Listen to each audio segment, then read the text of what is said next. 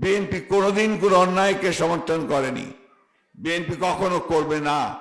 BNP আইনের শাসন এখানে প্রতিষ্ঠা অতীতেও করেছে, এবারও করবে, এবং সমস্ত অবিচারের ব্যবস্থা বিএনপি গ্রহণ করবে। একটা কথা খুব পরিষ্কার করে বলতে চাই, যে ঘটনাগুলো ঘটছে, সরকারকে আহ্বান জানাবো অতি দ্রুত তা তদন্ত করে প্রকৃত অপরাধী তাদেরকে বের করে তাদেরকে শাস্তির ব্যবস্থা করুন।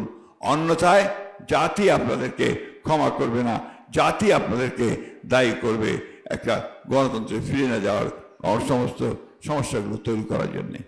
আর বর্তমানে যে সংস্কারের কথা বলা হচ্ছে, এই সংস্কারের প্রয়োজনীয়তা উপলব্ধি করেছিলেন খালেদা জিয়া 2016 সালে, এবং ভিশন ফর 2030 তিনি দিয়েছিলেন সেই সংস্কারগুলোকে নিয়েই।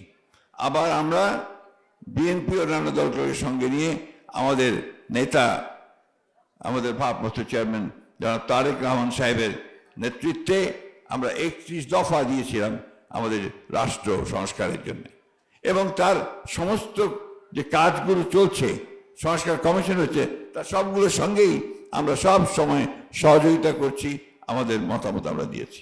জুলাই সনদ চেয়ারম্যান সাহেব বলেছেন, এই জুলাই সনদ আমরা 3 মাস আগে দিয়ে দিয়েছি, এবং এর মধ্যে যতটুকু পরিবর্তনের দরকার তার জন্যও আমরা দিয়েছি। আমরা অত্যন্ত আন্তরিকতার সঙ্গে বাংলাদেশের রাষ্ট্র ব্যবস্থার রাষ্ট্র কাঠামোর পরিবর্তন করে একটা নির্বাচন দ্রুত চাই, কারণ গণতন্ত্রের কোনো বিকল্প নাই।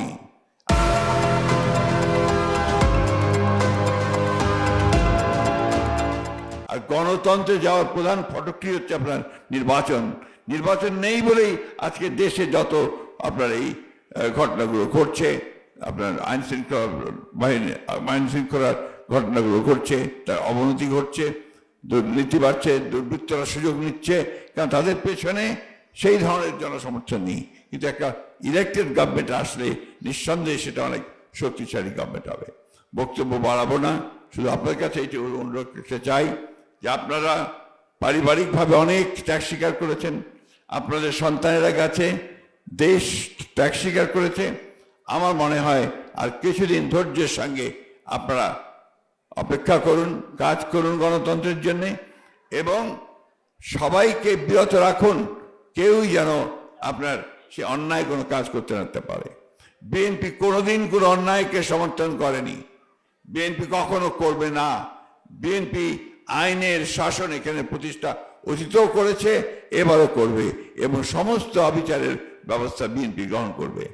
একটা কথা খুব পরিষ্কার করে বলতে চাই, যে ঘটনাগুলো ঘটছে, সরকারকে আহ্বান জানাবো অতি দ্রুত তা তদন্ত করে প্রকৃত অপরাধী তাদেরকে বের করে তাদেরকে শাস্তির ব্যবস্থা করুন। অন্যথায় জাতি আপনাদেরকে ক্ষমা করবে না, জাতি আপনাদেরকে দায়ী করবে একটা গণতন্ত্রে ফিরে না যাওয়ার সমস্ত সমস্যাগুলো তৈরি করার জন্যে।